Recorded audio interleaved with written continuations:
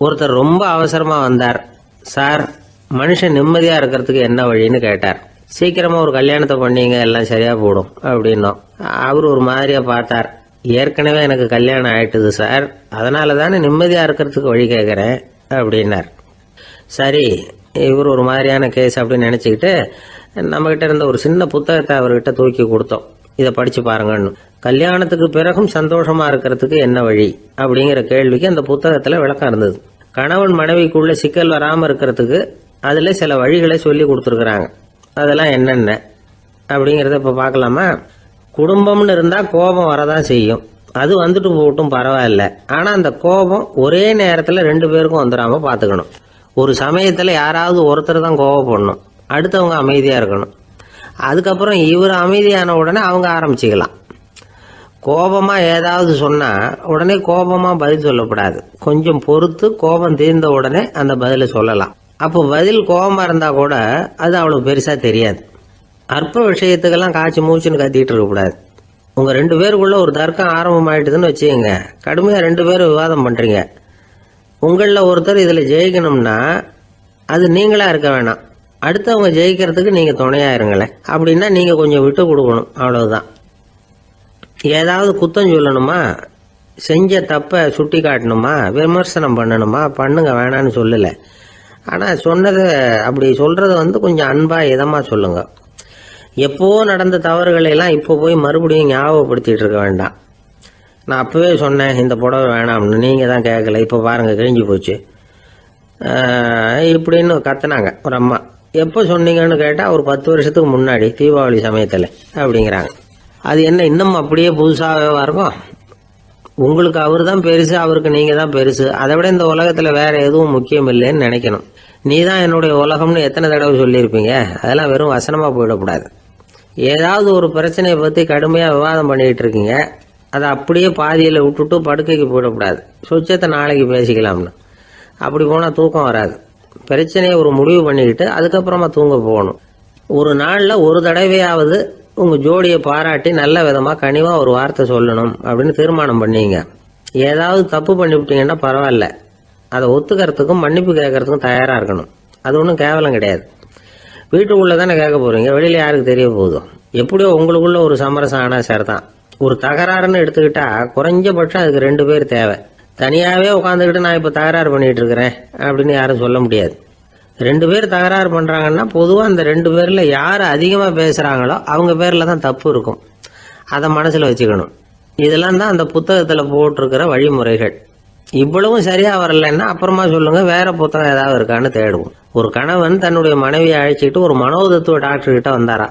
Doctor, எங்களுக்கு கல்யாணம் ஆகி 30 வருஷ காலமா நாங்க ஒரு விஷயத்துல கூட ஒத்து போனதில்லை அப்படின்னு ஆரம்பிச்சார். உடனே அந்த அம்மா குறுக்கிட்டு, அது 30 வருஷம் இல்ல 32 வருஷம் அப்படின்னாங்களாம்.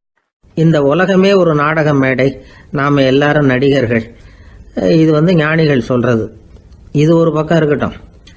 இந்த உலகத்துக்குள்ள எத்தனையோ நாடக மேடைகள், எத்தனையோ நடிகர்கள், எத்தனையோ நாடகங்கள், இதெல்லாம் எப்படி ஆரம்பமாச்சு? அதுதான் இன்னைக்கு தகவல். அதாவது ஆதி மனிதன் பேச ஆரம்பிக்கிறதுக்கு முன்னாடி சைகையாலேயே எல்லாத்தையும் சொல்லிக்கிட்டு இருந்தான். அதனால அப்பவே நடிப்பு ஆரம்பமாயிட்டுது. முதல்ல ஒரு வேட்டையத்தான் அவன் நடிச்சு காட்டியிருப்பான். இவன் எப்படி போனான், எதிரில் மிருகம் எப்படி வந்தது, அதோட எப்படி சண்டை போட்டான், எப்படி அடிச்சு கொண்டுட்டு வந்தான், இதை அப்படியே மற்றவங்களுக்கு நடிச்சு காட்டியிருப்பான். ஏன்னா மொழி கிடையாது. இந்த காலத்துல எல்லாம் நாடகங்கள்ல நடிக்கிறவங்கள நடிகர்கள்ங்கிறோம். ஒரு காலத்துல இவங்களுக்கு என்ன பேரு தெரியுமா? திஸ்பியர்கள் அப்படின்னு பேராம். இதுக்கு காரணம் உண்டு. அதாவது 2000 வருஷத்துக்கு முன்னாடி கிரீஸ் நாட்டுல திசிபியஸ் அப்படின்னு ஒரு ஆள் இருந்தான். அவன் ஒரு பெரிய நாடக கலைஞன். அவன் சில இளைஞர்களை சேர்த்துக்கிட்டான், பயிற்சி கொடுத்தான், நாடக குழுவை உருவாக்கினான். நடிகர்களையும் நாடகத்துக்கு தேவையான பொருள்களையும் ஏற்றிக்கிட்டு போறதுக்கு ஒரு வண்டியையும் தயார் பண்ணான். அந்த வண்டியிலேயே அவன் கிரேக்க நாடு பூராவும் சுத்தினான். ஊர் ஊரா நாடகம் போட்டான். ஒரு ஊருக்கு போனதும் அங்க நாடகம் நடத்த தியேட்டர் இருக்கா அப்படிங்கலாம் பாக்குறது இல்ல அவன். ஏன்னா அப்போலாம் தியேட்டர்னா என்னன்னு தெரியாது. நாடகம்னா அது ஒரு மூடிய கொட்டைக்குள்ளதான் நடத்தணுங்கிறது அப்ப யாருக்குமே தோணல. இந்த வண்டி போகும், அதுவே ஒரு பகுதி அப்படியே ஒரு மேடை மாதிரி விரிச்சுக்கும். அதுல ஏறி நின்றுகிட்டு நாடகத்தை நடிச்சு காட்டுவாங்களாம். மக்கள்லாம் எதிரில் தரையில உட்காந்து அதை பார்த்துக்கிட்டு இருக்கிறது. உலகத்தின் முதல் நடமாடும் தியேட்டர் இதுதானா. இந்த திசைபிஎஸ் தான் முதலா உலகத்துல நாடகம்ங்கிற பொழுதுபோக்க நடத்தி காட்டினவன் அப்படின்னு சொல்றாங்க. அவன் சொந்தமா நாடகம் எழுதுனா, நடிச்சான், நாடகத்தை இயக்கினான். அதனாலதான் அவனை first man of the theatre அப்படின்னு சொல்லுவாங்க. அவன் தான் நாடக மேடையின் முன்னோடி. கிரேக்கர் காலத்திலேயே நாடக ஆசிரியர்கள், நடிகர்கள், ரசிகர்கள் இவங்கெல்லாம் உருவாயிட்டாங்களாம். நாடகத்தின் சரித்திரத்துல இந்த 3 பிரிவும் ரொம்ப முக்கியம். அதாவது கிரேக்க தியேட்டர்கள்லாம் திறந்த வெளி மேடைகள் தான். பெரும்பாலும் மலைச்சரிவுகள், அதுவே படிப்படியா பண்ணியிருப்பாங்க. கீழே அரைவட்ட வடிவில் மேடை, அதுக்கு ஆர்கெஸ்ட்ரான்னு பேரு. பிற்காலத்தில் இதில் உட்காந்து இசைக்குழுவினர் வாய்ச்சதுனால இசைக்குழுவுக்கே ஆர்கெஸ்ட்ராங்கிற பேர் வந்துட்டுது. இப்போ கிரேக்க தியேட்டர்களில் ஒன்று, அதோட காலம் கிமு 340. அதை இன்னமும் பாதுகாத்து வச்சிருக்கிறாங்களாம். எபிடாரஸ் அப்படிங்கிற இடத்துல அது இருக்குதான். இன்னமும் அந்த தியேட்டரை பயன்படுத்திக்கிட்டு வர்றாங்களாம். சிறந்த கிரேக்க நாடகங்கள்லாம் அங்கே நடிக்கிறாங்களாம். ஆரம்ப காலத்திலேயே கட்டணம் கிடையாது. அப்புறம் பின்னாடி தான் நுழைவு கட்டணம்லாம் அப்படியே வந்துட்டு தான். நடிகர்கள் பளபளப்பான ஆடைகள் உடுத்தி இருப்பாங்களாம். இந்த குதிகால் உயர்ந்த காலணிகள் போட்டிருப்பாங்களாம். இதெல்லாம் பழைய குறிப்புகள். பலவிதமான உருவங்களில் மாஸ்க் அப்படின்னு சொல்லப்படுற முகமூடி. அதனால ஒரே நடிகர் பல வேடங்களில் நடிக்கிறது உண்டான். ஆரம்பத்தில் பெண் நடிகர்கள் கிடையாது, எல்லாம் ஆண் நடிகர்கள் தான். ரோமானியர்கள் தான் முதல் நிரந்தர நாடக மேடையை கட்டினவங்க. அதுதான் முதல் தியேட்டர். கிமு 1048 காலகட்டத்தில் பாம்பிங்கிற நகரத்தில் அதை கட்டியிருக்கிறாங்களாம். கிரேக்க ரோமானிய தியேட்டர்களின் அடிப்படையிலேயே இந்த இத்தாலிய வடிவ அமைப்பாளர்கள் இந்த குதிரை லாட வடிவில் ஒரு ஆடிட்டோரியத்தை உருவாக்கினாங்களாம். இப்படி அதை பற்றி நிறைய தகவல் இருக்குது. 1576 லண்டனில் இந்த வின்ஸ்பர்ரி, அப்புறம் இந்த பில்ட்ஸில், அப்புறம் ஜேம்ஸ் இப்படிங்கிற ஒரு முயற்சியால் தான் இங்கிலாந்தில் முதல் தியேட்டர் உருவாச்சான். அப்படி ஒருத்தர் இருந்தாராம். உலக நாடக மேடையின் வரலாறு இதுதான். அதாவது இப்பெல்லாம் அறிவியல் வளர்ச்சி அதிகமாயிட்டுது. திரைப்படம், தொலைக்காட்சி எல்லாம் வந்தாச்சு. ஒவ்வொரு வீடுமே ஒரு குட்டி தியேட்டர் மாதிரி ஆயிட்டுது. தொலைக்காட்சி முன்னாடி உட்காந்து எழுந்திருக்கவே மனசு வர்றதில்லை. ஒரு அம்மா ஒரு மனோதத்துவ டாக்டரை தேடிட்டு வந்தாங்களாம் இந்த காலத்தில். டாக்டர், எங்கள் வீட்டுக்காரர் எப்போ பார்த்தாலும் டிவி முன்னாடி உட்காந்துக்கிட்டு அதையே வெறிச்சு பார்த்துக்கிட்டு இருக்கிறார், உத்து பார்த்துக்கிட்டு இருக்கார், எனக்கு சந்தேகமாக இருக்குன்னாங்களாம். இது மனக்கோளாறு இல்லைங்க, ஆர்வ கோளாறு, அவ்வளவுதான், இதுக்காக பயப்படாதீங்கன்னாராம் டாக்டர். அப்படி இல்லை டாக்டர், டிவி ஓடும் பொழுது நாம எல்லாம் அதை பார்க்குறோம் சரி, ஆனால் அவர் அப்படி இல்லை, டிவியை நிறுத்தினதுக்கு அப்புறமும் அதையே உத்து பார்த்துட்டு உட்காந்துருக்கிறார், அதனால தான் சந்தேகப்பட்டு உங்ககிட்ட வந்தேன் அப்படின்னாங்களாம். ஒரு அரசனும் அமைச்சரும் ஒரு நாள் ரொம்ப சாவகாசமா பேசிக்கிட்டு இருந்தாங்களாம். அரசன் அமைச்சரை பார்த்து ஒரு கேள்வி கேட்டிருக்கார். ஏங்க அமைச்சரே, ஆசை இல்லாத ஒரு மனுஷனால இருக்க முடியுமா அப்படின்னு. ஏன் முடியாது, துறவி அப்படிங்கிறவங்கெல்லாம் அப்படிப்பட்டவங்க தானே அப்படின்னாராம் அமைச்சர். அவங்கெல்லாம் உண்மையிலேயே ஆசையை விட்டவங்க தானா அப்படின்னு கேட்டாராம் ராஜா. அப்படிதான் இருக்கணும் அப்படின்னாராம் அமைச்சர். அப்படின்னா ஆசையே இல்லாத ஒரு உண்மையான துறவியை நான் பார்க்கணுமேன்னார். அது என்ன பிரமாதம், அதுக்கு நான் ஏற்பாடு பண்ணுறேன் அப்படின்னு விட்டார் இவர். சொல்லிவிட்டு உடனே புறப்பட்டு போனார். அங்கே எங்கே தேடினார். அப்புறம் தான் அவருக்கு புரிஞ்சுது உண்மை துறவியை கண்டுபிடிக்கிறது எவ்வளவு கஷ்டமான காரியம்னு. இருந்தாலும் ராஜா கிட்ட சொல்லியாச்சே, உண்மை துறவியை காட்டுறேன்னு. இப்போ என்ன பண்ணுறது, ராஜா கிட்ட சொன்னபடி நடக்கலைன்னா அவருக்கு கோபம் வந்துடும். அமைச்சர் ஒரு யோசனை பண்ணார். அவருக்கு ஒரு வழி தெரிஞ்சுது. அதுதான் சரின்னு முடிவு பண்ணார். அதாவது அந்த ஊரில் அவருக்கு தெரிஞ்ச நாடக நடிகர் ஒருத்தர் இருக்கிறார், நல்லா நடிப்பார். அவரை போய் பார்த்தார். இதை பாருப்பா, எனக்காக நீ ஒரு காரியம் செய்யணும்னார். என்னன்னு கேட்டார் அவர். நீ ஒரு துறவி மாதிரி கொஞ்ச நேரத்துக்கு நடிக்கணும். ராஜா உன்னை பார்த்துட்டு போகிற வரைக்கும் நடி, அது போதும், அதுக்காக உனக்கு 10,000 ரூபா தரேன் அப்படின்னார். அவர் எந்த காலத்தில் இவ்வளவு பணத்தை மொத்தமாக பார்த்துருக்கார். அதனால் உடனே சரின்னு ஒத்துக்கிட்டார். அமைச்சர் அரண்மனைக்கு திரும்பி வந்தார். என்ன அமைச்சரே, இன்னுமா ஒரு உண்மையான துறவி கிடைக்கலன்னார். உண்மையான துறவி ஒருத்தரை இப்போ தான் கொஞ்ச நேரத்துக்கு முன்னாடி பார்த்து பேசிவிட்டு வர்றேன். அவர் நம்ம ஊருக்கு வெளியில் குளத்தங்கரையில் உள்ள ஒரு ஆலமரத்துக்கு அடியில் உட்காந்துருக்கிறார் அப்படின்னார் இவர். அப்படின்னா உடனே புறப்படுங்க அப்படின்னார் ராஜா. பரிவாரங்களோடு புறப்பட்டார். அங்கே அந்த மரத்தடியில் அந்த ஆள் வேஷம் போட்டுக்கிட்டு துறவி மாதிரி உட்காந்துருக்கிறான். ராஜா நேராக போனார். அந்த துறவி காலில் பொத்துன்னு விழுந்து வணங்கினார். உடனே ராணியும் அவர் காலில் விழுந்தாங்க. அடுத்தபடியாக அமைச்சர் விழுந்தார். அவருக்கு தெரியும் இது நம்ம ஆள் தான்னு. இருந்தாலும் என்ன பண்ணுறது, நேரம். அப்புறம் பரிவாரங்கள்லாம் துறவி காலில் விழுந்து ஆசீர்வாதம் வாங்கிட்டாங்க. ராஜா அப்புறமா தங்கத்தட்டில் பொண்ணையும் பொருளையும் வச்சு அந்த துறவிகிட்ட ரொம்ப பணிவாக நீட்டுறார். தாங்கள் தயவு பண்ணி இதை ஏற்றுக்கணும் அப்படின்னு வேண்டிக்கிட்டார். அந்த துறவி பற்றில்லாமல் அதை பார்த்தார். எல்லாத்தையும் திறந்துட்ட எனக்கு இதெல்லாம் எதுக்காக அப்படின்னு சொல்லி அதை மறுத்துட்டாராம். ஆஹா, உண்மையான துறவியை பார்த்துட்டோம் அப்படிங்கிற ஆனந்தம் அரசருக்கு. ரொம்ப நிம்மதியாக திருப்தியாக திரும்பி வந்தார் அரண்மனைக்கு.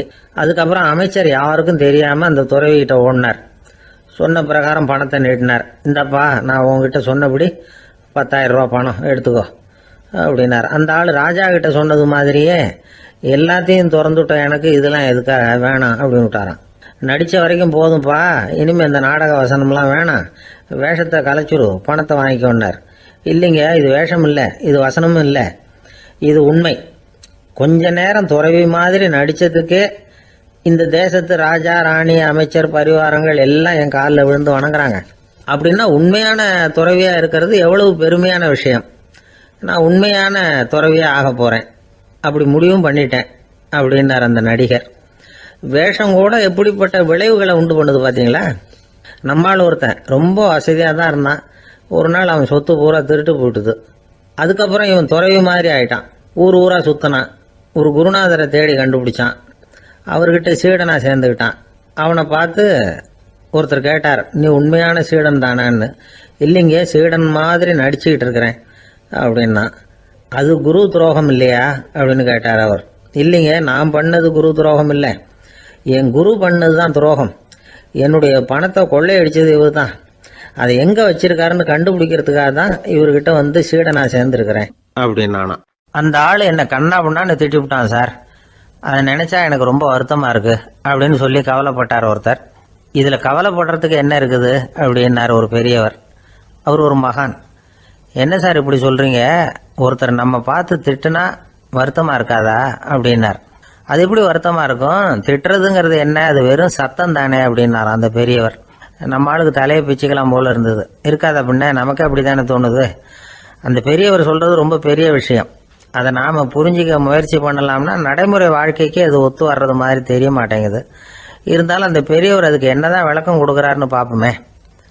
ஒரு ரயில் போயிட்டு இருக்கு, அதுல ஒரு சாது போயிட்டு இருக்கார். அந்த ரயில் அவர் ஹரித்வாரம் போயிட்டு இருக்கார். அவரு ரயிலில் ஏகப்பட்ட கூட்டம்.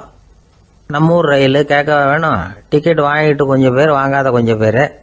அது என்னத்துக்கு அனாவசியமா டிக்கெட் அப்படிங்கிற நினைப்புல பாதி பேர். இந்த கூட்டத்துக்கு மத்தியில் அந்த சாதுவும் போயிட்டு இருக்கிறார். உட்கார்றதுக்காக இருந்த இடத்துல ஒரு ஆள் படுத்திருக்கிறான். கொஞ்சம் முரட்டு ஆசாமி. அவன் காலு பக்கத்துல கொஞ்சோண்டு இடம் பாக்கி இருந்தது. அந்த இடத்துல இந்த சாது உட்காந்துருந்தார். மெதுவா உட்காந்துக்கிட்டார் போய். ஆனா அந்த ஆளு ராத்திரி பூரா இவரை காலால உதச்சிக்கிட்டே இருக்கிறான். அது இவருக்கு ரொம்ப அவமானமா பட்டுது. அதனால துக்கம் ஏற்பட்டது. இருந்தாலும் அதை ஒரு மாதிரியா சகிச்சுக்கிட்டே இவர் வந்து சேர்ந்தார். பொழுது விடிஞ்சது.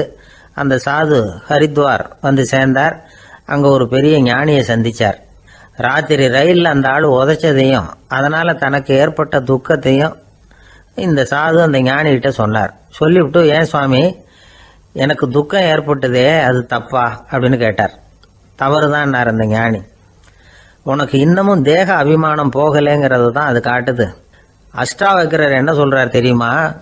உண்மையான ஞானி யாராவது தன்னை வந்தனை செய்தால் அதற்காக சந்தோஷப்பட மாட்டார், யாராவது நிந்தனை செய்தால் அதற்காக வருத்தப்பட மாட்டார் அப்படின்னு சொல்றார்.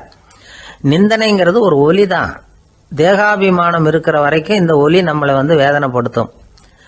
நான் தேகம் இல்லை, ஆத்மா அப்படிங்கிற நினைவு இருந்தா இந்த ஒலி நம்மளை பாதிக்காது. மனு என்ன சொல்றார் தெரியுமா? ஒரு சாதகன் பாராட்டுதலை விஷம்னு நினைச்சு பயப்படணும், அவமானத்தை அமிர்தம்னு நினைச்சு சந்தோஷப்படணுங்கிறார். அவமானப்பட்டா கவலைப்படாம எப்படி இருக்க முடியும் அப்படின்னு தான் நமக்கு தோணும். அதனாலதான் நம்மள யாரும் இதுக்கு உதாரணமா யாரையும் காட்ட முடியல. புத்தரையும் கபீரையும் உதாரணமா காட்டுறாங்க. அவங்களுக்கெல்லாம் அவமானம் ஏற்பட்டப்போ கவலையே படலையாம். புத்தரை அவமானப்படுத்தணுங்கிறதுக்காக கௌசாம்பி ராணி ஒரு இளம் பெண்ணை கொலை பண்ணி சடலத்தை புத்தர் குடிசைக்கு முன்னாடி போட சொன்னார். போட்டாங்க. புத்தர் தான் அந்த பொண்ணை கெடுத்து கொலை பண்ணி விட்டாருன்னு எல்லாரும் நினைச்சாங்க. ஆனா புத்தர் இதை பத்தி கவலையே படல. அப்புறமா உண்மை தெரிஞ்சதும் புத்தர் புகழ் இன்னும் அதிகமாயிட்டது. ஒரு பெரிய சபையில ஒரு மோசமான பொண்ணு நுழைஞ்சு தனக்கும் கபீருக்கும் சம்பந்தம் உண்டுன்னு சொன்னா. கபீர் கவலைப்படல. அவங்க மாதிரியெல்லாம் நாமளும் இருக்க கத்துக்கணும். நிந்தனை, அபகீர்த்தி, அவமானம் எல்லாம் ஆண்டவன் கொடுக்கிற பிரசாதம்னு நினைக்கணும் அப்படின்னு சொல்றார் அந்த ஞானி. இதை கேட்ட இந்த காலத்து ஆசாமி ஒருத்தர், நான் கூட அப்படிதான் சார், யாராவது அவமானப்படுத்தினா கவலைப்பட மாட்டேன். நேத்து கூட ஒருத்தர் என்ன பலார்னு அரைஞ்சுட்டார், நான் கொஞ்சம் கூட கவலைப்படலை, பேசாம வந்துட்டேன்னார். ஏன் அப்படி வந்துட்டீங்க அப்படின்னு. அவர் அரைஞ்சதுலேயும் ஒரு அர்த்தம் இருந்தது, அதனால தான் அப்படி வந்துட்டேன்னார். ஏன் அரைஞ்சாருன்னு கேட்டேன். 10 வருஷத்துக்கு முன்னாடி 15 ரூபா அவர்கிட்ட கடன் வாங்கினேன், அதை கேட்டு கேட்டு பார்த்துட்டு கடைசியாக தான் அரைஞ்சார் அப்படின்னார். ஆண்டவனுடைய பிரசாதம் இவருக்கு அடிக்கடி கிடைக்கும் போல இருக்கு. அம்மாக்காரங்களுக்கு அடிக்கடி ஏற்படுற கவலை ஒன்று உண்டு, அதாவது குழந்தை சரியா சாப்பிட மாட்டேங்குதே அப்படிங்கிற கவலை. இவங்கெல்லாம் ஒரு விஷயத்த நல்லா புரிஞ்சுக்கணும். குழந்தைகள்ங்கிறவங்க பெரியவங்க மாதிரி இல்லை. அவங்க கடிகாரத்தில் மணியை பார்த்துட்டு சாப்பிட்றதுக்கு உட்கார்ற ரகம் கிடையாது. பசிச்சா சாப்பிடுவாங்க, இல்லைன்னா விளையாடுவாங்க அல்லது தூங்குவாங்க. அது புரியாம அவங்கள கட்டாயப்படுத்தி அல்லது மிரட்டி சாப்பிட வைக்கிறது ரொம்ப தப்பு. ஒரு 8 மாச குழந்தைக்கு 3 மணி நேரத்துக்கு ஒரு தடவை பசிக்கும். அந்த நேரம் பார்த்து சாப்பாடு கொடுத்தா அடம் பண்ணாம அது பாட்டுக்கு சாப்பிட்றோம். அதே குழந்தைக்கு 1 வயசு ஆகிறப்போ 4 மணி நேரத்துக்கு ஒரு தடவை பசிக்கும். இந்த வயசுல இயற்கையாவே பசி குறைஞ்சிருக்கும். அது புரியாம என் குழந்தை முன்னாடி மாதிரி இப்ப சரியா சாப்பிட மாட்டேங்கிறான் அப்படின்னு சில பேர் டாக்டர் கிட்ட போய் சொல்லிக்கிட்டு இருப்பாங்க. இன்னொரு விஷயம், ஒரு குழந்தைக்கு வயசு அதிகமாகிற வேகத்துக்கு உடம்பு எடையும் அதிகமாகிக்கிட்டே போவாது. உடம்பு எடை அதிகமாகிற வேகம் குறைஞ்சிக்கிட்டே வரும். 6 மாச குழந்தைக்கு ஒரு வாரத்துல 150 கிராம் எடை கூடும். ஒரு வயசுல வாரத்துக்கு 71 கிராம் எடை கூடும். இது புரியாம அதிகமா சாப்பாட்டை கொடுத்து குழந்தைய கஷ்டப்படுத்தக்கூடாது. ஏன்னா அளவுக்கு மீறின உணவு அஜீரணத்தை உண்டு பண்ணிவிடும். குழந்தைக்கு ஒரு தட்டில் கொஞ்சமா ஆகாரத்தை வச்சு கொண்டுட்டு போய் கொடுக்கணும். மலை மாதிரி குவிச்சு வச்சா அதை பார்த்ததுமே பசி அடங்கி போயிடும். அடிச்சு மிரட்டி பயமுறுத்தி குழந்தைய சாப்பிட வைக்கிற பழக்கம் இருக்கு பாருங்க, அதுக்கு ஃபுட் ஃபோர்ஸிங் அப்படின்னு பேரு. இப்படி பண்ணுனா குழந்தைக்கு சாப்பாட்டில் விருப்பம் குறைஞ்சிரும், அதை கண்டாவே வெறுக்க ஆரம்பிச்சிரும். அது மாதிரி உளம் சார்ந்த பசி குறைவு, சைக்கோஜெனிக் அனோரெக்சியா, அது ஏற்படுமா. சாப்பாடுங்கிறதே ஒரு தண்டனை மாதிரி தோணும். குழந்தைகளுக்கு பிடிச்ச மாதிரியான ஆகாரத்தை கொடுக்கணும். சத்து அதிகம் இருக்குங்கிறதுக்காக அதுக்கு பிடிக்காத ஆகாரத்தை கொடுத்து கட்டாயப்படுத்தக்கூடாது. குழந்தைகளுக்கு 2 வயசு ஆகிறப்போ இயற்கையாகவே எதிர்மறை குணம் உண்டாகும். அதாவது அந்த எதிர்மறையா பேசுறது. இது மாதிரி சமயங்களில் நாம் என்ன சொல்கிறோமோ அதுக்கு நேர்மாறாக நடந்துக்கும்.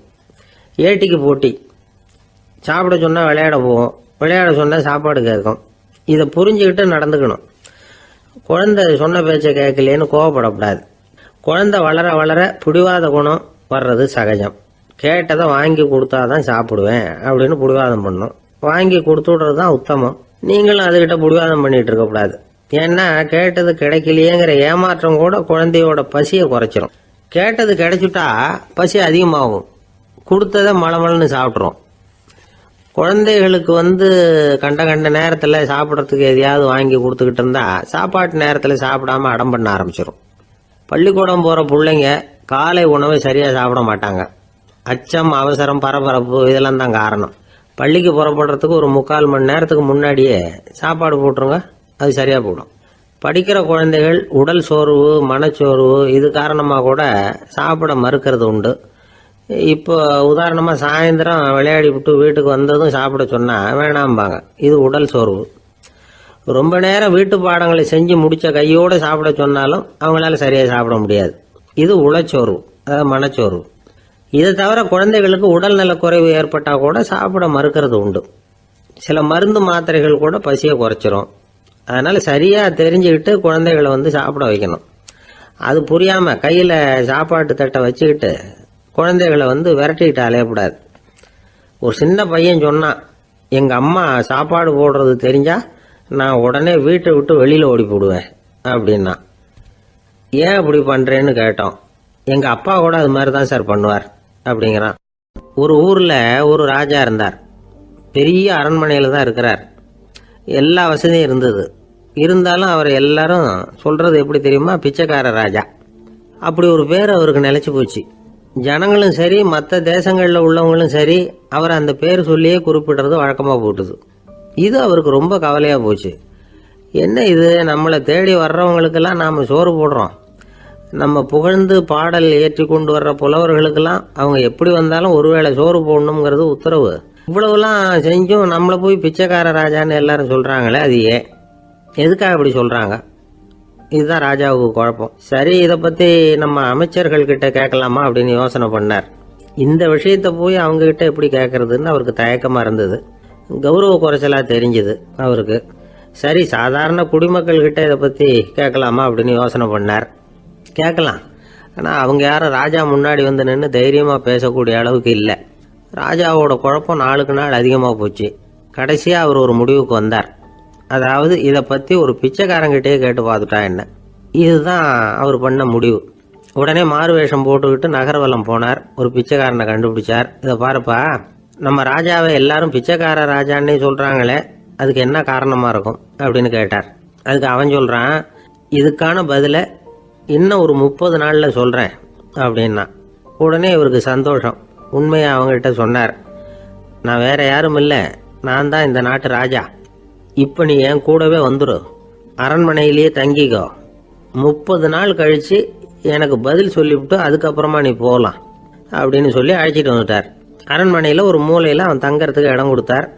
தினம் 2 வேளையும் இவனுக்கு சோறு போடுங்க அப்படின்னு உத்தரவு போட்டார். ராஜா கொடுத்த இடத்துல போய் உக்காந்துக்கிட்டான் அந்த பிச்சைக்காரன். தினமும் அந்த அரண்மனையில் நடக்கிறதையெல்லாம் கவனிச்சிக்கிட்டு வந்தான். வேளைக்கு சாப்பாடு வரும், சாப்பிட்டுக்கிட்டு இருக்கான்.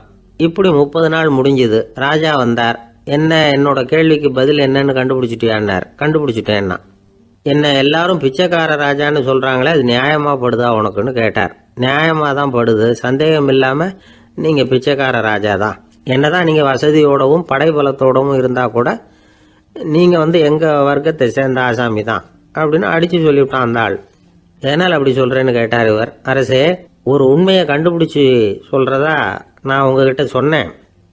நீங்கள் ராஜ பரம்பரைன்னா உடனே உங்கள் கழுத்தில் கிடக்கிற முத்து மாலையை கழட்டி பரிசாக கொடுத்துருப்பீங்க, பொன்னையும் மணியையும் கொடுத்துருப்பீங்க. ஆனால் நீங்கள் அப்படி செய்யலை. என்னை ஒரு மூலையில் உட்கார வச்சு 2 வேளை சோறு போட சொன்னீங்க. உங்களை தேடி யார் வந்தாலும், யார் பாராட்டி பேசினாலும் அல்லது பிரச்சனைகளை சொன்னாலும் நீங்கள் செய்கிற ஒரே காரியம் சோறு போடுறது தான். பிச்சைக்காரனுக்கு சோறு மட்டும்தான் உலகம். உங்கள் விஷயத்திலையும் நீங்கள் அப்படி தான் நினைக்கிறதாக தெரியுது. நல்லா கவனிங்க. எந்த ஒரு பிரச்சனைக்கும் சோறு தான் முடிவுன்னு நினைக்கிறீங்க பாருங்க. நீங்கள் சந்தேகமில்லாத எங்களை சேர்ந்த ஆளு தான் அப்படின்னு விட்டான் அந்த பிச்சைக்காரன். அதுக்கப்புறம் தான் அந்த ராஜா தன்னுடைய தவறுகளை எல்லாம் தேர்த்திக்கிட்டாராம். பசின்னு வர்றவங்களுக்கு சோறு தான் போடணும், அது தப்பு இல்லை. பாராட்ட வர்றவங்களுக்கெல்லாம் சோத்தையே போட்டு அனுப்புனா இப்படி தான் பேர் வரும். எனக்கு தெரிஞ்ச ஒருத்தர் தினமும் யாராவது ஒருத்தரை தன் வீட்டுக்கு அழைச்சிட்டு போவார், சாப்பாடு போட்டு அனுப்புவார். முன்னறிவிப்பு இல்லாமல் திடீர்னு ஒரு விருந்தாளியோட வீட்டில் போய் இவர் நிற்கிறது வழக்கம். அந்த அம்மாவும் இவருக்காக தயார் பண்ணி வச்சிருந்ததை இவர் அழைச்சிட்டு வந்திருக்கிற விருந்தாளிக்கு போட்டுருவாங்க. விருந்தாளி சாப்பிட்டுட்டு போனதுக்கப்புறம் இவர் மனைவி கிட்ட உனக்கு சிரமம் வேணாம் அப்படின்னு சொல்லிவிட்டு பக்கத்தில் உள்ள ஒரு ஹோட்டலுக்கு போய் காசு கொடுத்து சாப்பிட்டுட்டு வந்துடுவார். பல நாள் இப்படி நடக்கும். ஒரு நாள் அவரை தனியாக கூப்பிட்டுக்கிட்டு போய் ஏன் இப்படி பண்ணுறீங்கன்னு கேட்டோம். அதுக்கு அவர் சொல்கிறாரு, எங்கள் வீட்டு சாப்பாட்டிலேருந்து தப்பிக்கிறதுக்கு எனக்கு வேற வழி எதுவும் தெரியல சார், அதனால தான் இப்படி பண்ணிகிட்டு இருக்கிறேன் அப்படின்னார் ரொம்ப பரிதாபமாக. ஆஃபீஸை முடிஞ்சு வீட்டுக்கு போகிற சமயத்தில் ஒருத்தர் கடைக்கு போய் ஸ்வீட் வாங்கினார். சரி, வீட்டுக்கு பிள்ளைங்களுக்கு தான் வாங்கிட்டு போகிறார் அப்படின்னு மற்றவங்க நினச்சாங்க. அவர் அப்படி செய்யலை. அந்த இடத்துலையே பொட்டலத்தை பிரித்தார். திருட மாதிரி அப்படியே சுற்றி ஒரு தரம் பார்த்துக்கிட்டார். யாரும் தெரிஞ்சவங்க இல்லைங்கிறத முடிவு பண்ணிவிட்டு அவசரமாக அதை அப்படியே போட்டு முழுகிவிட்டு கையை தொடச்சிக்கிட்டு நல்ல பிள்ளை மாதிரி நடந்து போக ஆரம்பிச்சிட்டார். அவர் யாருன்னா, அவரோட பிரச்சனை எல்லாருக்கும் தெரியாது, சில பேருக்கு தான் தெரியும். அதாவது அவர் உடம்பில் சர்க்கரை இருக்குதுன்னு டாக்டர் சொல்லிவிட்டாராம்.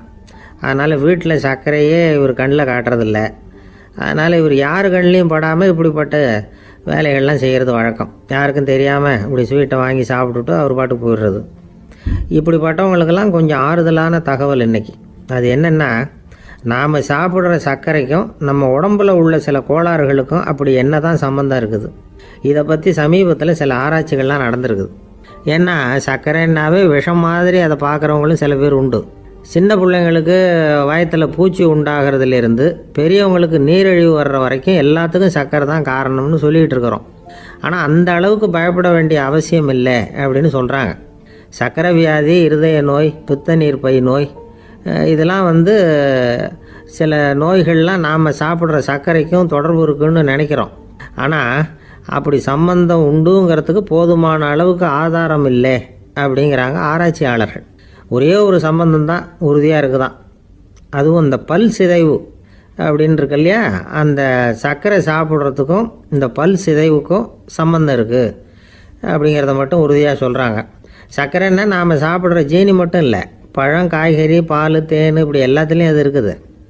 கேரட்டு கொடுக்குற சத்தில் 88% சர்க்கரை, ஆப்பிள் கொடுக்குற சக்தியில் 95% சர்க்கரை. இது ஜீனி சர்க்கரை, இது ஆப்பிள் சர்க்கரை அப்படிங்கிற வித்தியாசம்லாம் உடம்புக்கு கிடையாது. ரெண்டுமே உடனடியாக வந்து சக்தி கொடுக்குது. ஒரு ஸ்பூன் சர்க்கரையில் வந்து 16 கலோரி தான் சத்து இருக்குது. அதிகமாக சர்க்கரை சாப்பிட்டா நீரிழிவு வந்துருங்கிறது தப்பான ஒரு அபிப்பிராயம். டயபெட்டிஸுங்கிறது ஒரு மெட்டபாலிக் டிசார்டர், அவ்வளவுதான். அதாவது நாம் சாப்பிட்ற சர்க்கரையை நம்ம உடம்பு திறமையாக உபயோகப்படுத்திக்க முடியல அப்படின்னு அர்த்தம். அதனால தான் அதிகமாக இனிப்பு வேணாம்னு சொல்கிறோம். ஏற்கனவே உடம்பால் முடியாத ஒன்றை மறுபடியும் அது தலையில் சுமத்தி அதிகமாக வேலை வாங்க வேணாமே அப்படிங்கிறதுக்காக தான். ஆகாரத்தில் அதிகமாக சர்க்கரை இருந்தால் அதனால் உடனே சர்க்கரை வியாதி வந்துடும்ங்கிறதுக்கு விஞ்ஞான ரீதியாக போதுமான ஆதாரம் இல்லை.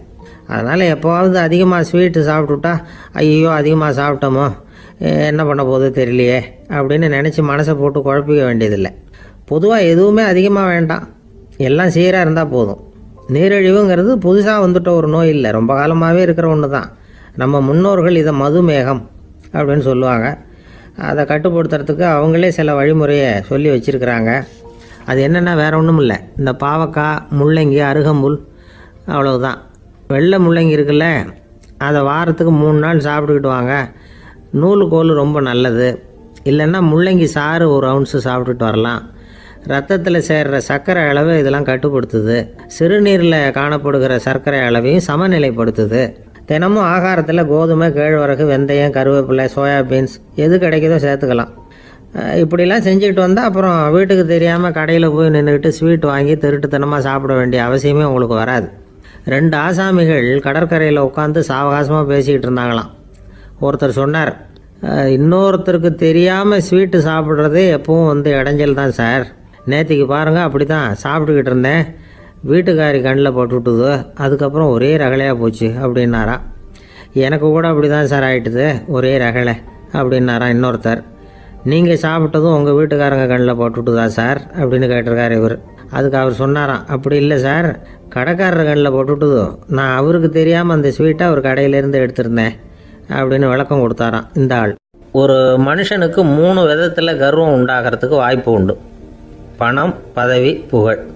பணம் அதிகமாக வந்தால் கர்வம் வரலாம், பதவி பெருசாக வந்துட்டுதுன்னா கர்வம் வரலாம், புகழ் அதிகமாக போனாலும் கர்வம் வரலாம். இந்த 3 வகையான கர்வத்துக்கும் இடம் கொடுக்காமல் இருக்கிறாங்க பாருங்கள், அவங்க தான் சிறந்த மனிதர்கள். ஒரு பெரிய பொறுப்பில் இருக்கிறவங்களுக்கு கர்வம் வந்துடக்கூடாது. அப்படி வந்துட்டுதுன்னா அது எல்லாருக்கும் இடைஞ்சல். ஒரு ராஜா இருந்தார். அவர் ஒரு நாள் தன்னுடைய தலைநகரத்தை சுற்றி வந்துக்கிட்டு இருந்தார். ஒரு இடத்துல ஒரு அழகான நிலத்தை பார்த்தார். ஆஹா, இந்த இடத்துல நமக்குன்னு ஒரு மாளிகையை கட்டினா எவ்வளோ நல்லா இருக்கும் அப்படின்னு நினச்சார். ராஜா நினச்சா அது முடியாத காரியமா? சரி, இந்த நிலம் யாருக்கு சொந்தம்னு விசாரிங்க அப்படின்னார் பக்கத்தில் இருந்தவங்கக்கிட்ட. அவங்கெல்லாம் ஓடி போய் விசாரித்தாங்க. அந்த இடம் வந்து ஒரு வயசான கிழவிக்கு சொந்தம், வயசான அம்மாவுக்கு சொந்தமாக.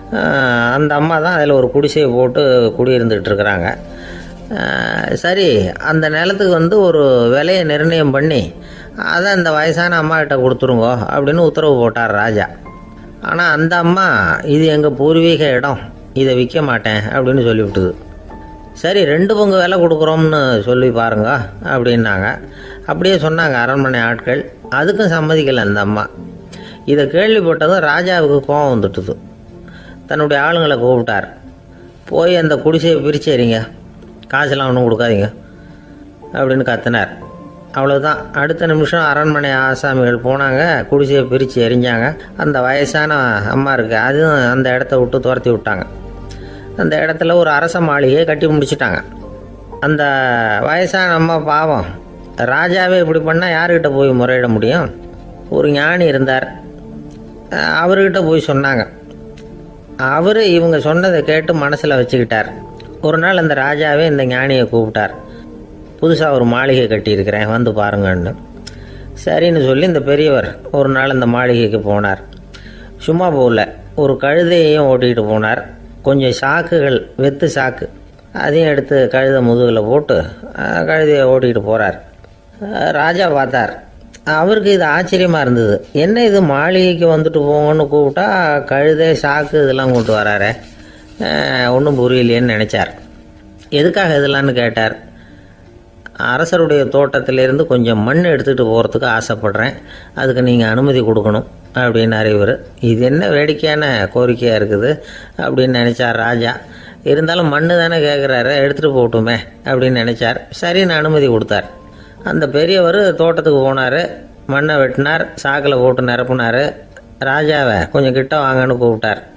இந்த மண் மூட்டையை தூக்கி கழுதையோட முதுகில் வைக்கணும், கொஞ்சம் உதவி பண்ணுங்கன்னார். ஓ பண்ணுறேனே அப்படின்னு சொல்லி ராஜா கிட்ட போனார். மூட்டையை தூக்கி பார்க்குறாரு, முடியல, திணறி போயிட்டார். இப்போ அந்த ஞானி பேசினாராம். அரசே, இந்த ஒரு சாக்கு மண்ணையே உங்களால் தூக்க முடியல, அந்த கிழவிகிட்ட இருந்து அந்த அக்கிரமமாக அபகரித்த இந்த தோட்டம் பூராவையும் சுமக்கணும்னு ஆசைப்படுறீங்களே, அது உங்களால் முடியுமா அப்படின்னு கேட்டாராம். ராஜா யோசனை பண்ண ஆரம்பித்தார். தன்னுடைய செயலுக்காக வருத்தப்பட்டாராம். அந்த வயசான அம்மாவை உடனடியாக வரவழைச்சார். தாயே, தப்பு பண்ணிட்டேன், என்னை மன்னிச்சுக்குங்க, இன்னையிலேருந்து இந்த மாளிகையும் தோட்டமும் உங்களுக்கு தான் சொந்தம் அப்படின்னு சொல்லிவிட்டாராம். போகிறப்ப இந்த உலகத்திலேருந்து எண்ணத்தை எடுத்துகிட்டு போக போகிறோம், அதனால் ரொம்பவும் அலட்டிக்க வேண்டியதில்லை, கர்வப்பட வேண்டியதில்லை அப்படிங்கிறது ஒரு பெரிய உபதேசம். ஒரு பெரிய மனுஷன் சாக கிடந்தார், ரொம்பவும் அழுதார். ஏன் அழறீங்க அப்படின்னு கேட்டாங்க சுற்றி இருந்தவங்க. நான் சாகிறதுக்காக கவலைப்படலை, நான் நம்ம ஜனங்களுக்காக எவ்வளவோ காரியம்லாம் செஞ்சுக்கிட்டு வந்தேன். நான் செஞ்சுக்கிட்டு வந்த சேவையை இனிமேல் யார் செய்ய போகிறாங்க, அது யாரால் முடியும், அதை நினச்சி தான் அழறேன் அப்படின்னாராம். ஒருத்தர் முன்னாடி வந்தார். அதுக்காக நீங்கள் கவலைப்படாதீங்க, உங்கள் சேவையை தொடர்ந்து செய்கிறதுக்கு என்ன மாதிரி இளைஞர் பட்டாளம் தயாராக இருக்குது, இருந்தாலும் எங்கள் கவலை என்னென்னா அப்படின்னு இழுத்தார். என்ன சொல்லுங்கன்னு கேட்டார் அவர். நீங்கள் இது வரைக்கும் என்ன சேவை செஞ்சுக்கிட்டு வந்தீங்க, அதுதான் எங்களுக்கு இன்னமும் புரியாத புதிராக இருக்குது அப்படின்னாராம் அவர். ஒரு நண்பர் அவசரமாக என்கிட்ட ஓடி வந்தார். அப்புறம் சொன்னார், என்னால் நம்பவே முடியல சார், என் பையனா இப்படி அப்படின்னு சொல்லி ஆச்சரியப்பட்டார். உங்கள் பையன் அப்படி என்ன தான் செஞ்சுட்டான் அப்படின்னு கேட்டேன். என்னால் முடியாத ஒரு காரியத்தை அவன் செஞ்சுட்டான் சார் அப்படின்னார். அது என்னன்னு தான் சொல்லுங்களேன். என்ன, 5வது வகுப்பில் அவன் ஒரே தடவையில் தேறிட்டான் சார், அதாவது ஒரே அட்டம்ப்டில் பாஸ் ஆகிருக்கான் அப்படின்னார். மூச்சு வாங்க, கஷ்டப்பட்டு பரீட்சை எழுதுனது அவன், இவருக்கு ஏன் மூச்சு வாங்குது? நம்மால் செய்ய முடியாத ஒரு காரியத்தை இன்னொருத்தர் செய்யும் பொழுது அது நமக்கு ஆச்சரியமாக இருக்குது. சர்க்கஸ் பார்க்குறோம், ஒருத்தர் அந்த இடத்துல தொங்குறார், அது நமக்கு ஆச்சரியம், ஏன்னா அது நம்மால் முடியாத காரியம். நம்மால் முடியாத ஒன்றை அடுத்தவர் எளிதாக செய்யும் பொழுது நாம் மருள்வது இயற்கை. இதை தான் தொல்காப்பியம் மருட்கை அப்படின்னு சொல்லுது. இந்த வியப்பு இருக்குதே, இது 4 வகையில் ஏற்படுறதாக தொல்காப்பியம் சொல்லுது. அது என்ன 4 வகை? முதல் வகை எப்படின்னா, புதுமையான அரிய செயல்களை செய்கிறது. 2வது வகை என்னென்னா பெரும் செயல்களை செய்கிறது. 3வது வகை என்னென்னா மிக நுட்பமான செயல்களை செய்கிறது. 4வது வகை என்னென்னா ஆக்கம் தரும் செயல்களை செய்கிறது. புதுமை, பெருமை, சிறுமை, ஆக்கமோடு மதினம் சாலா மருட்கை 4 அப்படிங்கிறது தொல்காப்பியம். இன்றைக்கி விஞ்ஞானம் புதுசு புதுசாக எதையோ கண்டுபிடிக்குது. ஆரம்பத்தில் அது ஆச்சரியமாக இருக்குது, அப்புறம் அது நமக்கு பழகி போடுது. வானொலி பெட்டி புதுசாக வந்தப்போ ஒரு பெட்டி பேசுதுங்கிறது எவ்வளோ பெரிய ஆச்சரியம். இப்போ யாரும் அதை ஆச்சரியமாக பார்க்குறதில்ல. மதினம் சாலா மருட்கை அப்படின்னு ஒரு சொற்றொடர் வருது பாருங்கள், அதில் கருத்தாழம் உண்டு. எதை பற்றியும் போதுமான அளவு புரிந்து கொள்ளாத போது ஒருத்தர் ஆச்சரியப்படுறார். புரிந்து கொண்ட பிறகு ஆச்சரியம் மறைஞ்சு போடுது. மிக நுட்பமான செயல்களும் நம்ம ஆச்சரியப்பட வைக்கும். ஒரு அரிசியில் ஒரு திருக்குறள் எழுதி காட்டுறாங்க, ஒரு முட்டை ஓட்டுக்குள்ளே ஓவியம் தீட்டி காட்டுறாங்க. கருங்கல் சிற்பங்களில் எவ்வளவு நுட்பமான வேலைப்பாடுகளை எல்லாம் பார்த்து ஆச்சரியப்படுறோம். இது மாதிரி ஆக்கப்பூர்வமான அரிய செயல்களை செய்கிறது கூட வியப்பை உண்டு பண்ணும். குப்பை கூலங்களை கூட வாழ்க்கைக்கு பயன்படுகிற பொருளாக மாற்றுகிறவர்கள் இருக்காங்க, அவர்களுடைய செயல் வியப்பு அளிக்குது. இடைக்காட்டு சித்தர் பாடின 30 நூலில் வர்ற ஒரு பாடல், ஆற்றல் பிறர் அறிதலின் அகம் கிளர்வு உறுதலின் கற்று அறி பாணர் கழுமிய கோடலின் தோற்றம் உருகவே போற்றல் சால் வியப்பே. ஒருத்தருடைய ஆற்றல் தெரியாமல் இருந்தது, அவருடைய அரிய செயலை பார்க்கும் பொழுது வியப்பாக இருந்தது, மனசுக்குள்ள கிளர்ச்சி. பாவலர்கள் இவர்களுடைய புகழை பாடி மற்றவர்களும் தெரிந்து கொள்ளுமாறு செய்கிறார்கள் அப்படிங்கிறது தான் ஒரு யதார்த்தமான உண்மை. ஆக எல்லா வகையிலும் மக்கள் தங்களுடைய வாழ்க்கையில் முன்னேறுவதற்கான வழிகாட்டுகிற ஒரு மெய்ப்பாடு தான் வியப்புங்கிறது. இந்த காலத்தில் நம்ம எப்படியெல்லாம் ஆச்சரியப்பட வைக்கிறாங்க. ஒரு ஆளை பிடிச்சி ஜெயிலில் கொண்டு வந்தாங்க. ஜெயில் அதிகாரி அவனை ரொம்ப ஆச்சரியமாக பார்த்தாரான். இவன் கேட்டான், ஏன் சார் அப்படி பார்க்குறீங்க, நான் இப்போ இங்கே வர்றது உங்களுக்கு ஆச்சரியமாக இருக்குதா அப்படின்னு கேட்டிருக்கான். இதுக்கு ஜெயில் அதிகாரி சொல்லியிருக்கார், நீ இப்போ இங்கே வந்ததில் எனக்கு ஒன்றும் ஆச்சரியம் இல்லைப்பா, ஏற்கனவே நீ இங்கேருந்து விடுதலையாகி போய் 6 மாதம் ஆச்சு, இவ்வளவு லேட்டாக வர்றியே அதுதான் எனக்கு ஆச்சரியமாக இருக்குது அப்படின்னாராம். ஒரு அம்மா தெருவில் உட்காந்து என்னத்தையோ தேடிட்டு இருக்கிறாங்க. அந்த அம்மா ஒரு சுஃபி ஞானி. அவங்க பேர் என்னன்னா ரபியா அல் அடாவியா. அந்த அம்மாவுக்கு கண் கூட தெளிவாக தெரியாது. அந்த பக்கமாக வந்த சில பேர் இவங்களுக்கு உதவி செய்கிறதுக்காக வந்தாங்க. என்ன தேடிட்டு இருக்கிறீங்க அப்படின்னு கேட்டாங்க.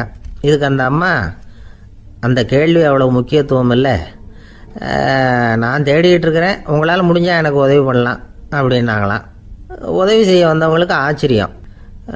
எதை தேடுறோங்கிறது தெரியாமல் இப்படி ஏன் நேரத்தை செலவழிக்கிறீங்க, நாங்கள் எப்படி உங்களுக்கு உதவ முடியும், எங்களுக்கு ஒன்றும் புரியலையே அப்படின்ட்டுருக்காங்க.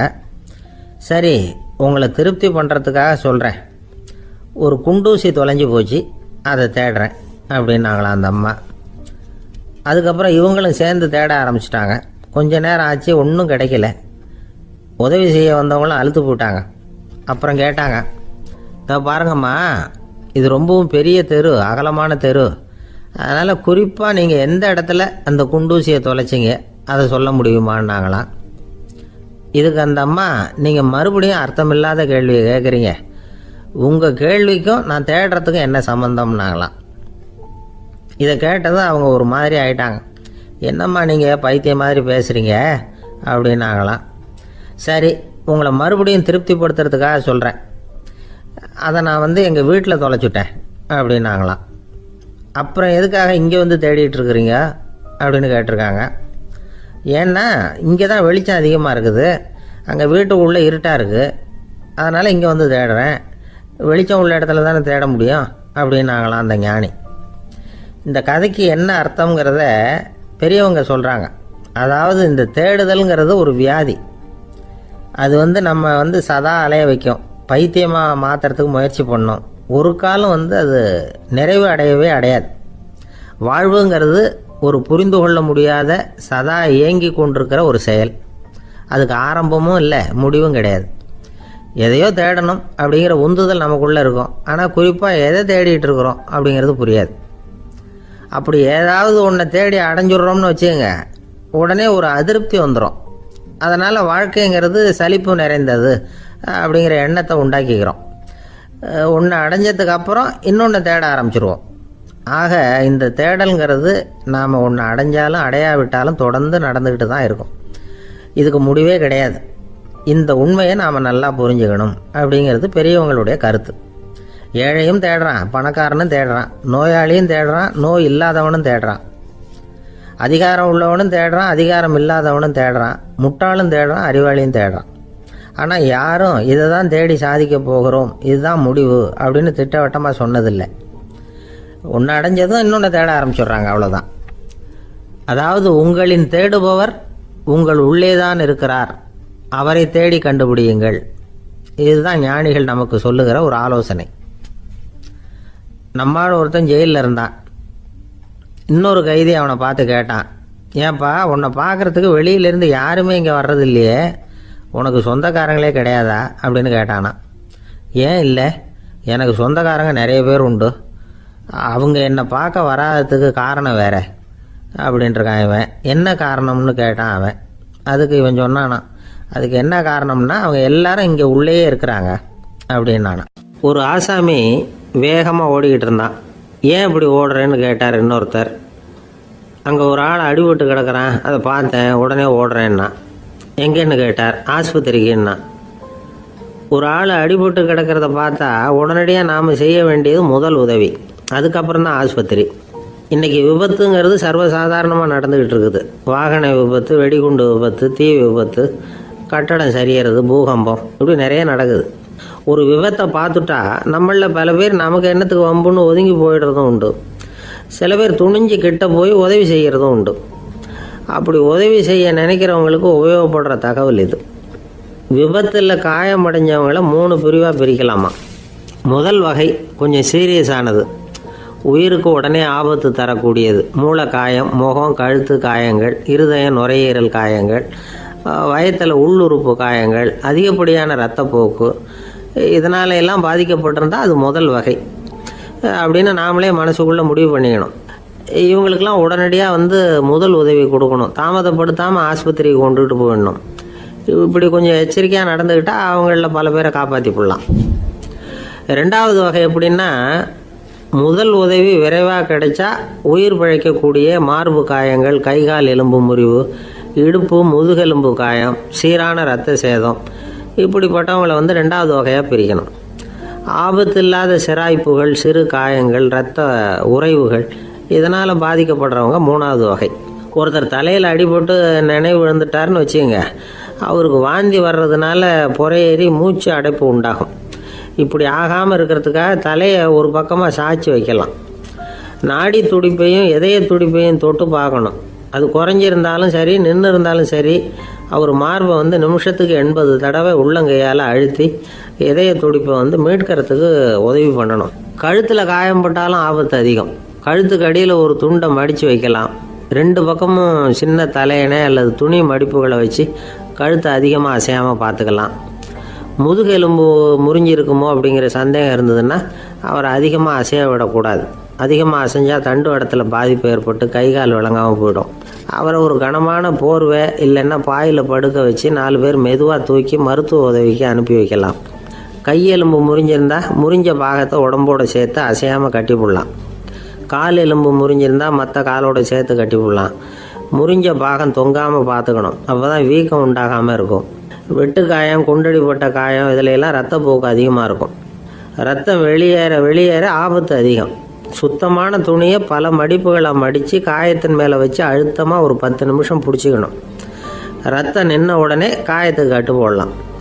சில சமயம் காயம்பட்ட பாகத்தை உயரமாக தூக்கி பிடிச்சிக்கிட்டா தான் ரத்த கசிவு நிற்கும். இந்த விவரங்களையெல்லாம் கொஞ்சம் மனசில் வாங்கி வச்சுக்கிட்டோம்னா சமயத்தில் உதவும்.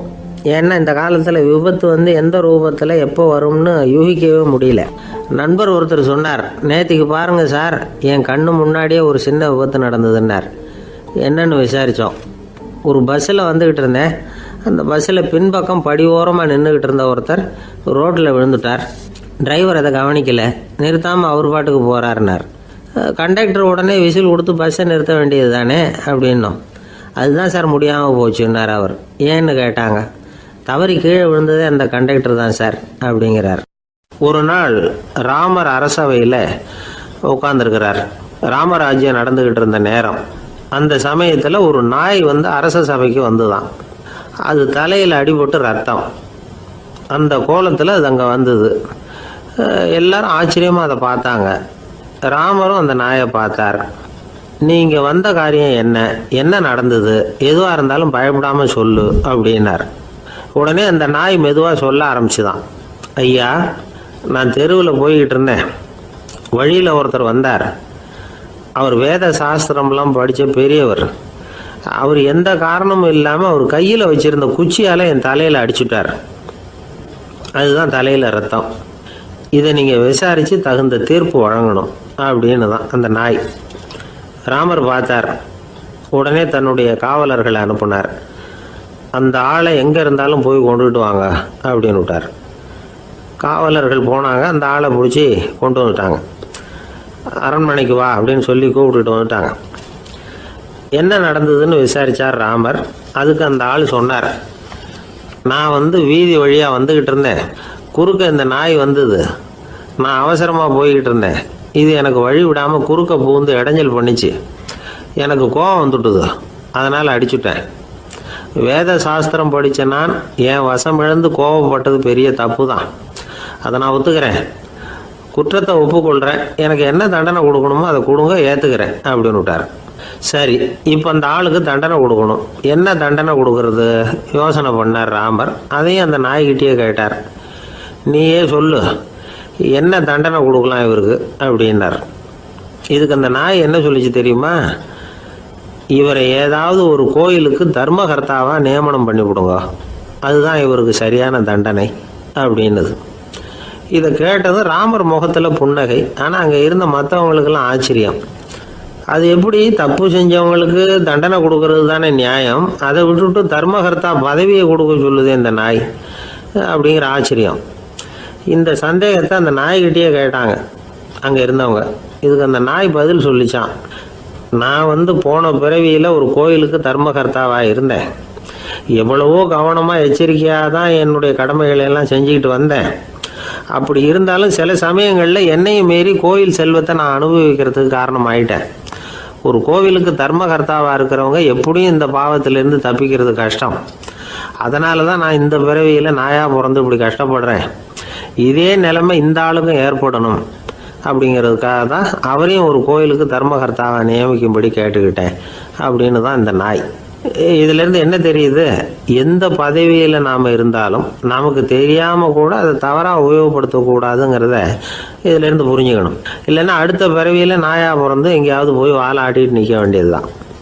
கோவில் வாசலில் 2 நாய் பேசிக்கிட்டு இருந்து தான், போன ஜென்மத்தில் நான் மனுஷனாக தான் இருந்தேன்.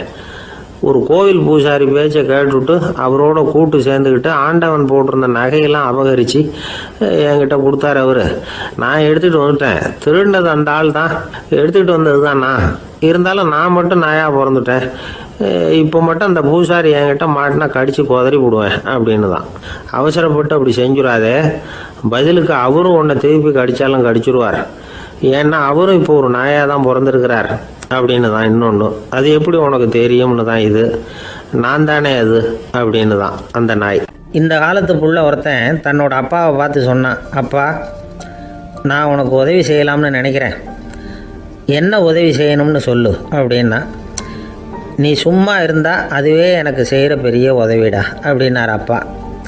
சும்மா இருக்கிறதும் ஒரு உதவி தான், அது மாதிரி மௌனமும் ஒரு சமூக சேவை தான் அப்படிங்கிறார் காஞ்சி பெரியவர். நமக்கு 5 புலன்கள் இருக்குது, மெய், வாய், கண், மூக்கு, செவி. இந்த 5லேயும் அதிகப்படியான வேலை எதுக்குன்னு நினைக்கிறீங்க? வாய்க்கு தான். ஏன்னா அதுக்கு 2 வேலை. இப்போ கண்ணுக்கு பார்க்குறது மட்டும்தான் வேலை, காதுக்கு கேட்குறது மட்டும்தான் வேலை, மூக்குக்கு வாசனை அறியறது தான் வேலை, உடம்புக்கு உணர்றது மட்டும்தான் வேலை. ஆனால் வாய் அப்படி இல்லை, அதுக்கு 2 வேலை. சாப்பிட்றதும் அதுதான், பேசுகிறதும் அதுதான்.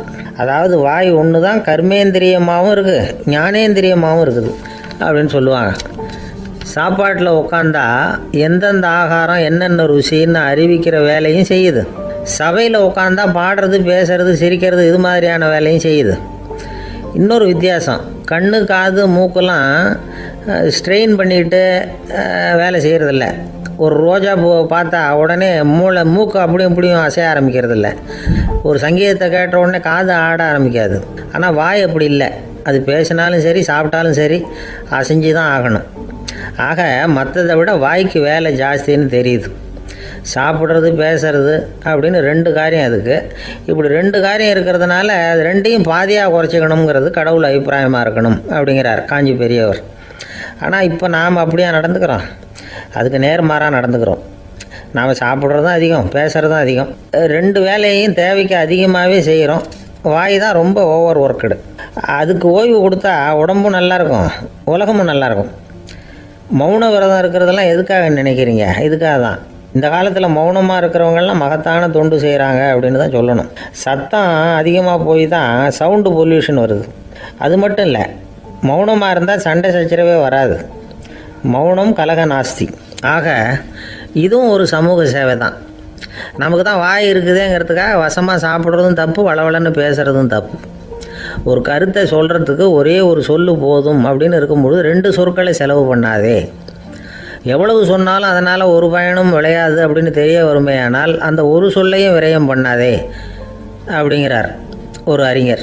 எல்லா குணங்கள்லேயும் மௌனம்தான் சிறந்தது அப்படிங்கிறார் ஒருத்தர். மௌனமாக இருக்கிறது மூலமாக மற்றவர்கள் குறைகளை நம்மளால் தெரிஞ்சுக்க முடியும். அதே சமயத்தில் நம்மக்கிட்ட இருக்கிற குறைகளை மற்றவங்களுக்கு தெரியாமல் மறைச்சிக்கவும் முடியுங்கிறார் அவர். உண்மைதானே? ஒரு பெரிய மேடை பேச்சாளர், பொது வாழ்க்கையில் 25 வருஷ காலமாக ஈடுபட்டிருக்கிறவர். அவர் மனைவி ஒரு நாள் சொன்னாங்க, எங்கள் வீட்டுக்காரர் 25 வருஷ காலமாக பொது வாழ்வில் ஈடுபட்டிருந்தா கூட இந்த மாதம் 10ஆம் தேதியிலேருந்து தான் மக்களுக்கு சேவை செய்ய ஆரம்பிச்சிருக்கார் அப்படின்னு நாங்கள் ரொம்ப பெருமையாக. 10ஆம் தேதிக்கு அப்படி என்ன விசேஷம் அப்படின்னு கேட்டோம். அன்னையிலேருந்து தான் அவர் மேடையில் பேசுகிறத நிறுத்தினார் அப்படின்னாங்க அந்த அம்மா. நம்மக்கிட்ட ஒருத்தன் தப்பாக நடந்துக்கிட்டானா உடனே நாம் என்ன செய்வோம்? கையை ஓங்கிட்டு அவனை அடிக்க போவோம். நாம் அவங்ககிட்ட அவனை விட ஒருபடி மேலாக தப்பாக நடந்துக்குவோம். ஆனால் பெரியவங்கள்லாம் அப்படி நடந்துக்கிறது இல்லை. இன்னா செய்தாரை ஒருத்தல் அவர் நாண நன்னயம் செய்து விடல் அப்படின்னு வள்ளுவர் சொல்லியிருக்கார் இல்லையா? அதுக்கு தகுந்த மாதிரி நடந்துக்குவாங்க. பாயசித் விஸ்தாமிங்கிறவர் ஒரு பெரிய ஞானி. அவர் ஒரு நாள் ராத்திரி ரொம்ப நேரம் மசூதியில் இருந்துட்டு வீட்டுக்கு திரும்பி வந்துகிட்டு இருக்கிறார். வழியில் ஒரு குடிகாரன், அவன் கையில் ஒரு இசைக்கருவி, அதை கண்ணா பின்னான்னு மீட்டிக்கிட்டு வாய்க்கு வந்தபடி என்னத்தையோ பாட்டுன்னு நினச்சிக்கிட்டு பாடிக்கிட்டு அவன் பாட்டுக்கு கிடக்கிறான் வழியில். அதோடு இருந்தாலும் பரவாயில்ல, அந்த பக்கமாக வழியில் போகிறவங்க வர்றவங்களையெல்லாம் பார்த்து கண்ணா பின்னான்னு திட்டிகிட்டு இருக்கிறான், ரொம்ப வளர்க்குறான். பாயசித் பிஸ்தாமிங்கிற அந்த பெரியவர் அந்த வழியாக போகிறார். அவனை பார்க்குறார். அவனுடைய நிலைமையை பார்த்துட்டு பரிதாபப்படுறார். ஏன்பா இது மாதிரிலாம் நடந்துக்கிற, இப்படி நடக்கலாமா அப்படின்னு ஏதோ கொஞ்சம் புத்திமதி சொல்கிறதுக்கு ஆரம்பித்தார். அவனுக்கு கோபம் வந்துட்டுது. கையில் வச்சிருந்த வாத்திய கருவி அதால் ஓங்கி அந்த பெரியவர் தலையில் ஒரு அடி கொடுத்தான். ரத்த காயம் ஏற்பட்டு போச்சு. அவன் கையில் இருந்த இசைக்கருவியும் அடித்த வேகத்தில் 2ஆக உடஞ்சி போச்சு. அவ்வளோ வேகமாக அடிச்சிருக்கான். இவ்வளவு தூரத்துக்கு நடந்து போச்சுல்ல, அந்த மாபெரும் ஞானி வாயை திறந்து ஒரு வார்த்தை கூட பேசலை. பேசாமல் தலையை பிடிச்சிக்கிட்டு அவர் பாட்டு போயிட்டார். மறுநாள் அந்த பெரியவர் என்ன பண்ணார் தெரியுமா? கொஞ்சம் இனிப்பு பண்டங்கள், கொஞ்சம் பணம், இது 2ஐயும் ஒரு ஆள் மூலமாக அனுப்பி வச்சார் அந்த குடிகாரனுக்கு. அவனுக்கு ஒன்றும் புரியல. என்ன விவரம்னு விசாரித்தான். வந்த ஆள் ஒரு கடுதாசியை நீட்டினான். அதில் விவரம் இருந்தது. ஞானி எழுதியிருக்கிறார், இதை பார்ப்பா, உங்களுடைய இசைக்கருவி உடையறதுக்கு என்னுடைய தலை காரணமாக ஆயிட்டுது. அதுக்காக நான் ரொம்ப வருத்தப்படுறேன். அதுக்காக தான் பணம் அனுப்பி வச்சுருக்கேன். வேறு புதுசாக ஒரு இசைக்கருவி வாங்கிக்கோ. அப்புறம் இன்னொரு விஷயம், நேற்றுக்கு ராத்திரி என்கிட்ட ஏகப்பட்ட கசப்பான வார்த்தைகளை பேசினேன். இதோடு அனுப்பியிருக்கிற இனிப்பு பண்டங்களை சாப்பிட்டு உன்னுடைய நாவில் உள்ள கசப்பை மாற்றிக்கோ அப்படின்னு அதில் எழுதப்பட்டிருந்தது. இந்த சமயத்தில் அவன் குடி மயக்கத்தில் இல்லை, கிழிஞ்சு போயிருந்த நேரம் இது. அதனால் அதை படித்த உடனே அவனுக்கு ரொம்ப வெக்கமாக போச்சு. தலை குனிஞ்சான், யோசனை பண்ணான். கொஞ்ச நேரத்தில் தன்னுடைய நண்பர்கள் சில பேரையும் கூப்பிட்டுக்கிட்டு நேராக அந்த ஞானி இருக்கிற இடத்துக்கு ஓடினான். அவர் காலில் விழுந்தான். அவர்கிட்ட மன்னிப்பு கேட்டுக்கிட்டான். பெரியவங்களே தெரியாமல் நான் இந்த பாவ செயலை பண்ணிவிட்டேன், என்னை மன்னிச்சுங்க. உங்களுடைய பொறுமையும் போதனையும் என்னுடைய கண்ணை திறந்துட்டுது. இனிமேல் நானும் என்னுடைய நண்பர்களும் நல்ல வழியில் திருந்தி வாழ போகிறோம் அப்படின்னா. ஞானி செய்த நன்னயம் குடிகாரனை எப்படி திருத்திருக்கு பார்த்தீங்களா? இந்த கதையை கேட்டுவிட்டு ஒருத்தர் சொன்னார், என் வாழ்க்கையில் கூட அப்படி ஒரு சம்பவம் நடந்தது சார். நானும் ஒரு நாள் ராத்திரி ஓவராக குடிச்சிட்டு ஒரு கிட்டாரை வாசிச்சுக்கிட்டு கண்ணாபின்னான்னு உளறிக்கிட்டு திட்டிக்கிட்டு இருந்தேன். அந்த சமயம் அந்த வழியாக ஒருத்தர் வந்தார். ஓங்கி தலையில் ஒரே ஒரு அடி, ரத்தம் வந்துட்டுது. அதுக்கப்புறம் என் மனசு தெரிந்துவிட்டுது சார் அப்படின்னார். அப்படியா என்ன? ஆச்சரியமா. ஆமாம் சார், அடி விழுந்தது அவர் தலையில் இல்லை, ஏன் தலையில். வந்தவர் என்ன அப்படி அடிச்சுட்டார். மயக்கம் தெளிஞ்சதுக்கு அப்புறம்தான் எனக்கு விவரம் புரிஞ்சுது. அவர் ஒரு போலீஸ்காரர் அப்படின்னார் ரொம்ப சோகமாக. அந்த ஆளுக்கு பேச தெரியாது, அவர்கிட்ட கொஞ்சம் எச்சரிக்கையாக நடந்துக்கோ அப்படின்னு சொல்கிறது உண்டு. அப்படின்னா என்ன அர்த்தம்? அவர் இன்னமும் குழந்தையாகவே இருக்கிறாரு, இன்னும் பேச்சு வரலன்னு அர்த்தம்? அப்படி இல்லை, அவருக்கு நாகரிகமாக பேச தெரியலன்னு அர்த்தம். பேசுறதுங்கிறது மனுஷனால் மட்டுமே முடியக்கூடிய ஒரு காரியம். அப்படி இருந்தும் அதோட பெருமையை அவன் இன்னமும் சரியாக புரிஞ்சிக்கலன்னு தான் சொல்லணும். அதனால தான் அவன் அளவுக்கு அதிகமாக வார்த்தைகளை கொட்டி விடுறான். அதுக்கப்புறம் அதையெல்லாம் திருப்பி அள்ள முடியாமல் கிடந்து கஷ்டப்படுறான். கொட்டின வார்த்தையை அள்ள முடியுமா? ஒருத்தரை இன்னைக்கு பார்த்து முட்டாள்னு திட்டி விடுறீங்க, நாளைக்கு மறுபடியும் அவர்கிட்ட போய் நேற்றுக்கு உன்னை முட்டாள்னு சொல்லிவிட்டேன், அந்த வார்த்தையை திருப்பி கொடு, வாங்கிட்டு போயிடுறேன் அப்படின்னு நான் சொல்ல முடியும்? அவன் கோபக்காரனாக இருந்தால் நேற்றுக்கே அதை வேறு விதமாக உங்களுக்கு திருப்பி கொடுத்துருப்பான். உலகத்தில் எவ்வளவோ ஜீவராசிகள் இருக்குது, அதுக்கெல்லாம் வாய் இருக்குது. அந்த வாயெல்லாம் எதுக்கு உபயோகம்? சாப்பிட்றதுக்காக. ஆனால் நமக்கு இருக்கிற வாய் சாப்பிட்றதுக்காக மட்டும் இல்லை, பேசுகிறதுக்காகவும் தான். பேச முடியலன்னா வாய் இருந்தால் கூட அது வாயில்லா ஜீவன் தான். ஒரு பையனை பார்த்து அது வாய் உள்ள புள்ள பொழைச்சிக்கும் அப்படின்னா மற்ற பையன்களுக்கெல்லாம் முகத்தில் வாயே இல்லைன்னு அர்த்தம். அப்படி இல்லை, அந்த பையன் கொஞ்சம் கெட்டிக்காரத்தனமாக பேசுவான்னு அர்த்தம். அதனால் எப்படி பேசணும் அப்படிங்கிறத நாம் முக்கியமாக தெரிஞ்சுக்கணும். இதுக்கு 8 விதமான குறிப்புகளை நம்ம பெரியவங்க சொல்லியிருக்கிறாங்க. பேச்சுக்கு 8 அங்கங்கள் உண்டு அப்படின்னு அவங்க சொல்கிறாங்க. அதெல்லாம் என்னென்ன அப்படின்னா உண்மை, நன்மை, அன்பு, நிதானம், இனிமை, ஆழம், சமயம் அறிதல், சபை அறிதல். இந்த 8 தன்மையும் பேச்சில் இருக்கணுமா. இதையே கொஞ்சம் விவரமாக சில பேர் போர்டில் எழுதி வச்சுருப்பாங்க. அதாவது எழுத்துலையாவது அதெல்லாம் இருக்கட்டுமே அப்படின்னு நினச்சி நீங்கள் கூட சில இடங்களில் இதை பார்த்துருக்கலாம். அதாவது உண்மையே பேசுக, நன்மையே பேசுக, அன்பாக பேசுக, நிதானமாக பேசுக, இனிமையாக பேசுக, ஆழமுடையதாக பேசுக, சமயம் அறிந்து பேசுக, சபை அறிந்து பேசுக, இப்படி எழுதி வச்சுருப்பாங்க. இந்த 8 அம்சமும் சரியாக பொருந்தி இருந்தால் தான் அது பேச்சு. மற்றதெல்லாம் பேச்சாகிடாது. பேச்சு ஒரு சிறந்த கலை. எல்லாத்தையும் விட பேசாமல் இருந்தும் பழகணும், அது ரொம்ப முக்கியம். உண்மையே பேசணும். சத்தியத்துக்கு மதிப்பு கொடுக்குறவங்கள தான் சரித்திரம் மதிக்கும். உண்மை பேசினா மட்டும் போதாது, அந்த உண்மையில் நன்மை கலந்துருக்கணும். கொலைகாரனுக்கு பயந்துக்கிட்டு ஒருத்தன் உங்கள் வீட்டுக்குள்ளே ஒளிஞ்சிருக்கிறான். அந்த முரட்டை ஆசாமி கையில் அறிவாளோடு வந்து அவங்க வந்தானான்னு உங்ககிட்ட கேட்குறான்னு வச்சுங்க. உண்மைதான் உயர்வு தரும் அப்படின்னு நினச்சிக்கிட்டு ஆமாம் உள்ளே தான் இருக்கிறான், அடுப்பங்கரையில் குதிருக்கு பின்னாடி உட்காந்துருக்கிறான், போய் பிடிச்சிட்டு போங்க அப்படின்னு நான் சொல்லுவீங்க. அது நன்மை இல்லாத உண்மை. அதனால் பிரயோஜனம் கிடையாது. அதே மாதிரி உங்கள் பேச்சில் அன்பு இருக்கணும், நிதானம் இருக்கணும், இனிமை இருக்கணும், சிந்தித்து பேசணும், சமயம் அறிந்து பேசுகிறதும் முக்கியம். அதை பற்றி நமக்கு வேறு யாரும் சொல்லிக் கொடுக்க வேண்டியதில்லை. எந்த நேரத்தில் யாருக்கிட்ட எப்படி பேசினா காரியம் நடக்கும் அப்படிங்கிறது நமக்கு நல்லா தெரியும். அது கைவந்த கலை. அவை அறிந்து பேசுகிற திறமை பேச்சாளர்களுக்கு ரொம்ப அவசியம். அது இல்லைன்னா நிலைமை பரிதாபமாயிடும். ஒரு பேச்சாளர் ரொம்ப மும்முரமாக பேசிக்கிட்டே இருந்தாராம். ரொம்ப நேரம் நிறுத்தவே இல்லை, பேசிக்கிட்டே இருக்கிறார். சபையில் இருந்தவங்கலாம் ஒவ்வொருத்தரும் எழுந்திரிச்சு போய்கிட்டே இருக்கிறாங்க. கடைசியில் 2 பேர் தான் அக்கறையாக பேசுகிறவரை கவனிச்சிட்டு உட்காந்துருந்தாங்களாம். மேடையில் பேசிக்கிட்டு இருந்தவர் அவங்கள பார்த்து சொன்னாராம், எனக்கு கூட்டம் முக்கியம் இல்லை, எவ்வளவு பேர் என் பேச்சை கேட்குறாங்க அப்படிங்கிறது முக்கியம் இல்லை. நீங்கள் 2 பேராவது ஊக்கமாக என்னை கவனிச்சிக்கிட்டு உட்காந்துருக்குறீங்க, அது போதும். உங்களுக்காகவே நான் பேசிக்கிட்டு இருக்கிறேன் அப்படின்னார். இதை கேட்டதும் உட்காந்துருந்த 2 பேரில் ஒருத்தர் எழுந்திருச்சு, அப்படி இல்லைங்க, நாங்கள் 2